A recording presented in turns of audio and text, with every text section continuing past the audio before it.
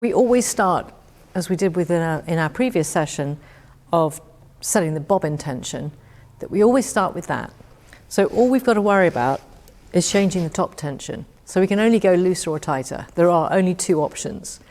That makes it a lot more simple to make that adjustment. You're only changing one variable at a time.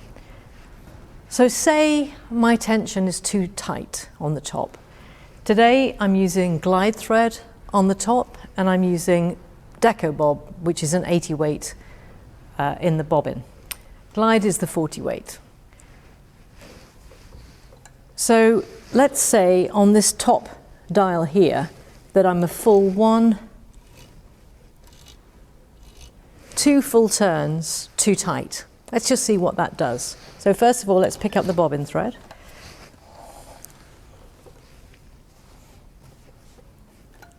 Do our 2 or 3 securing stitches, and listening as well is an important part of this. I can normally hear if glide is too tight.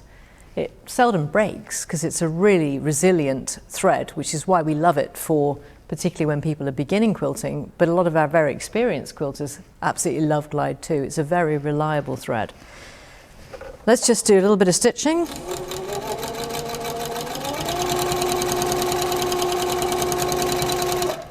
And what I'm looking for is, let's end with the needle down next time. What I'm looking for is to see whether it makes a nice looking stitch. And what I mean by that is it's a stitch that's nicely showing that it comes up out of the work and back in. It's not lying flat on the top or flat on the bottom. And I'm just looking as well as to whether it's puckering or whether it's pulling in the fabric, which would indicate it's also too tight either on the top or the bottom. It's not in balance. So I'm looking at this here, and I can see it's way too tight. It's doing this thing where it lays flat on the circles. Let's just do some spiky bits.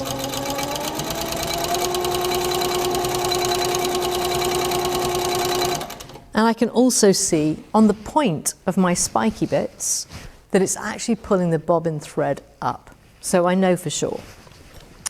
My black knob has a little dot on the inside of the dial. There's no numbers, there's no reference specifically to this. We do it all by the actual result.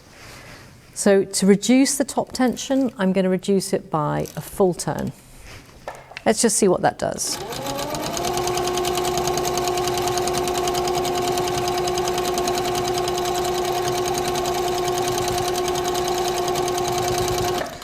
Yep, that's looking a little bit better. I'll look on the underside as well. And the underside looks fine. It's absolutely great. But it's not as good as it was when I did it before. I had a much nicer looking stitch. So I'm going to go too far. Let's just see what happens if I do 3 full turns looser.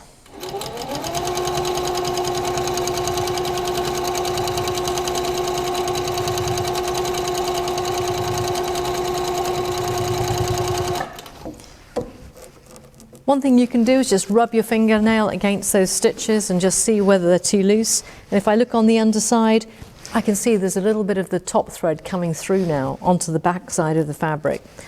Let's just go even looser still.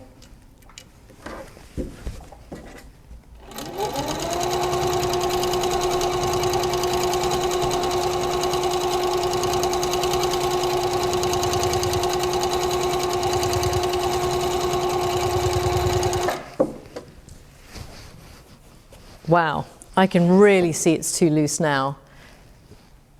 These stitches that I've got on the back of the fabric are really, really loose. There's lots of green coming through, and I really need to tighten that top tension.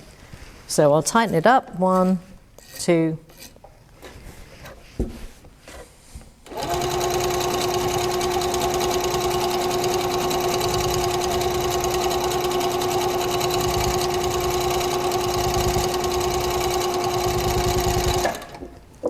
Let's have a look now. I can practically see none of that green thread is coming through. Again, I'm good to go. That just shows you how quickly we can change it from being really bad on the top, really bad on the back, and back again. It's just by using this top dial.